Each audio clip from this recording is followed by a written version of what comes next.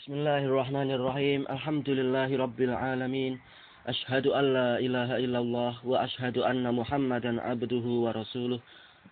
Allahumma shalli ala Muhammadin abdika wa rasulik wa ala alihi wa ashabihi ajmain, amma ba'd. Dengan pertolongan Allah Subhanahu wa taala, sesungguhnya kita semua kaum muslimin akan mendapatkan kesempatan untuk memasuki bulan yang agung, yaitu bulan Ramadan, yang disyariatkan di dalamnya berbagai macam peribadatan yang sangat mulia, baik berupa puasa dan juga qiyamul lail, membaca Al-Quran, iktikaf, sedekah dan lain-lain. Dan ini semua adalah dengan seizin Allah, bahwasanya seorang hamba itu diberi kesempatan lagi untuk menikmati ibadah-ibadah tersebut. Dan diriwayatkan oleh Imam Al-Bukhari dan Muslim dari Abi Hurairah radhiyallahu an, yang mana Rasulullah sallallahu alaihi wasallam bersabda, "Kullu amali bani Adam yudha'aful hasanah asyaratu amsaluha ila sab'imi'ah dhif." Faqala Allahu azza wa jalla, "Illa shaum fa innahu li wa ana ajzi bih, yada'u syahwatahu wa ta'amahu min ajli. Lis-shaimi farhatan, farhatun 'inda fitrih wa farhatun 'inda liqa'i rabbih.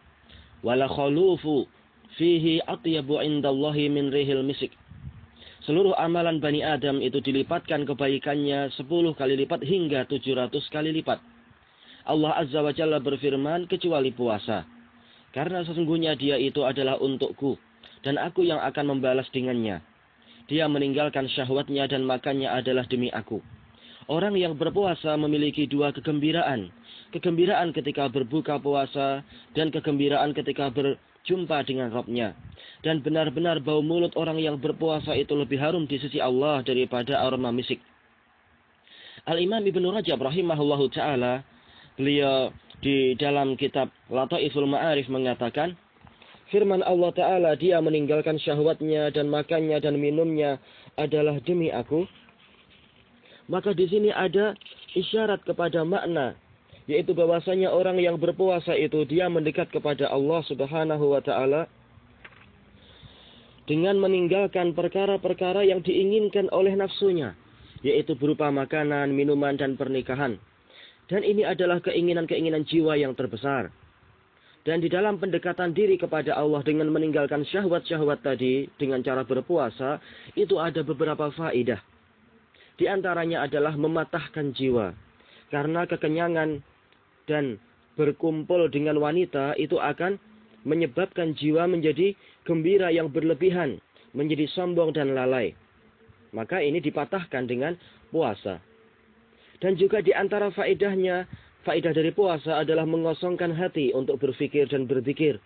Karena mengerjakan syahwat-syahwat tadi itu membuat hati menjadi kaku dan buta, serta menghalangi hamba dari berzikir dan berfikir, dan mendatangkan kelalaian. Sementara kosongnya batin dari makanan dan minuman itu akan menyinari hati dan mendatangkan kelembutan hati dan menghilangkan kekakuannya dan menyebabkan dia itu berkonsentrasi untuk berzikir dan berfikir.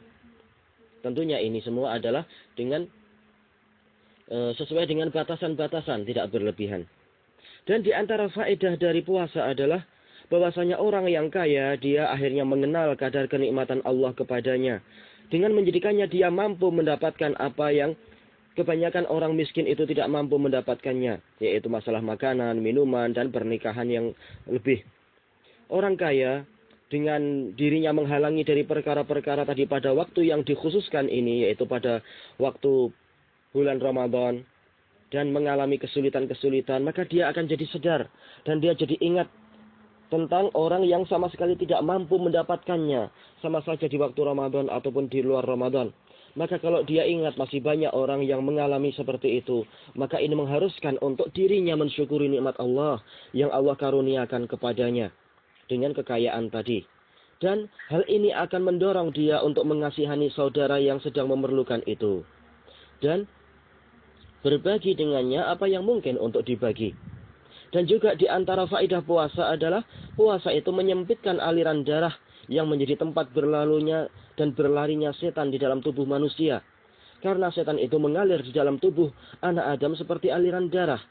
Maka bisikan setan itu menjadi berkurang dengan puasa, dengan mendinding syahwat. Demikian pula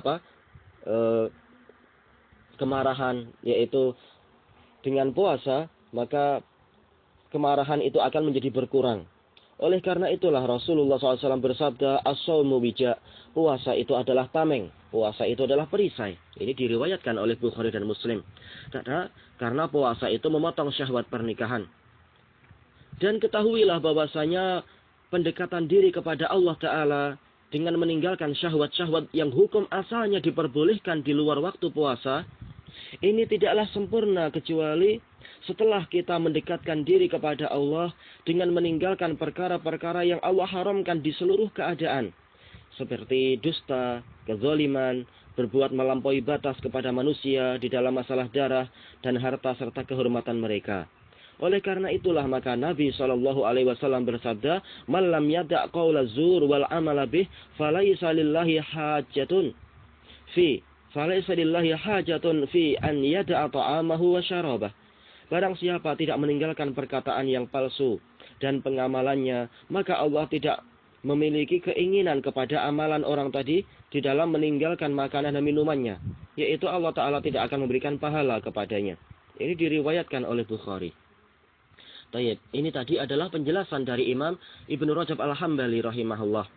Dan Imam Ibnul Qayyim rahimahullah mengatakan, manakala kebaikan dan kelurusan hati di dalam perjalanannya menuju kepada Allah Ta'ala, itu tergantung kepada konsentrasi dirinya kepada Allah dan tergantung kepada pengumpulan keadaan dirinya dengan cara menghadap secara penuh kepada Allah Ta'ala.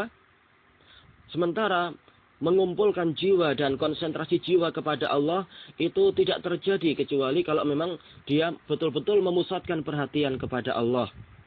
Sementara kelebihan makanan, kelebihan minuman, kelebihan pergaulan dengan manusia, kelebihan bicara, kelebihan tidur, itu akan menambah yaitu kesemrawutan hati, menambah kekacauan jiwa, dan akan membuatnya terguncang di setiap lembah, dan akan memotongnya dari perjalanan menuju kepada Allah, atau melemahkannya, atau menghalanginya, atau bahkan menghentikannya. Maka rahmat Allah yang maha perkasa lagi maha penyayang kepada para hambanya menuntut disyariatkannya puasa kepada mereka. Yang mana hal ini akan menghilangkan kelebihan makanan, kelebihan minuman, dan mengeluarkan hati dari campuran-campuran syahwat yang akan menghalangi dirinya dari perjalanan kepada Allah Ta'ala dan syariatnya. Sesuai dengan kadar kemaslahatan tentunya. Yang mana sang hamba boleh mengambil manfaat dengan puasa itu, faedah di dunia dan di akhirat, tetapi tidak sampai membahayakan dirinya, yang menyebabkan dia itu gagal mendapatkan kemaslahatan di dunia dan di akhirat. Makanya puasa itu bukan 24 jam, tapi hanya di waktu siang saja. Sejak awal terbit fajar sampai sampai terbenam matahari. Selesai dari penjelasan Imam Ibnul Qayyim rahimahullahu ta'ala di dalam Zadul Ma'ad. Kemudian hendaknya kita mengingat tentang perkara yang sangat penting di sini. Yaitu apa? Bahwasanya umur kita itu pendek. Dan cepat atau lambat kita ini sedang melangkah menuju kepada Allah Subhanahu wa Ta'ala. Maka apabila kita tidak memanfaatkan umur itu sebaik-baiknya, boleh jadi kita akan menangis dan menyesal di alam barzakh nantinya. Dan juga hendaknya kita ingat bahwasanya siang dan malam itu sekarang terbang bagaikan anak panah yang melesat dari busurnya. Yaitu betul-betul waktu itu semakin cepat. Sebagaimana hadis yang diriwayatkan oleh Bukhari dan Muslim dari Abi Hurairah radhiyallahu anhu, yang mana Rasulullah SAW bersabda, "Yataqarabuz zaman wa yanqusul amal."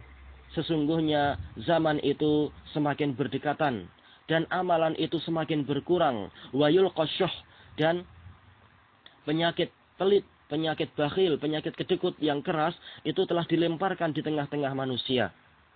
Dan juga diriwayatkan oleh Imam Ahmad dan dihasankan oleh Syekh Muqbil rahimahullah taala dalam As-Sahihul Musnad dari Abi Hurairah radhiyallahu anhu, yang mana Rasulullah SAW bersabda, la taqumus sa'atu hatta yataqarabaz zaman fatakunu sanatu kasyahr wa yakunu syahr kal jum'ah wa takunu jum'ah kal yaum wa yakunu yaum kas sa'ah wa takunu sa'ah kahtiraqis sa'afil khawsah.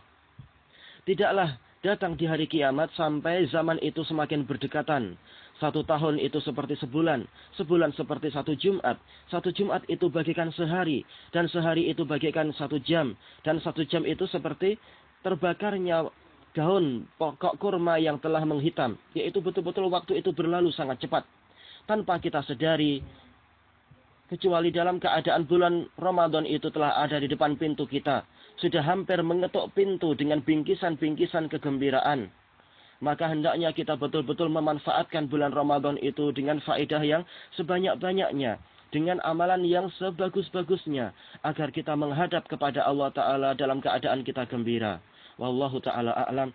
Subhanakallahumma wa bihamdika la ilaha illa anta astaghfiruka wa atubu ilaik. Walhamdulillahi rabbil alamin.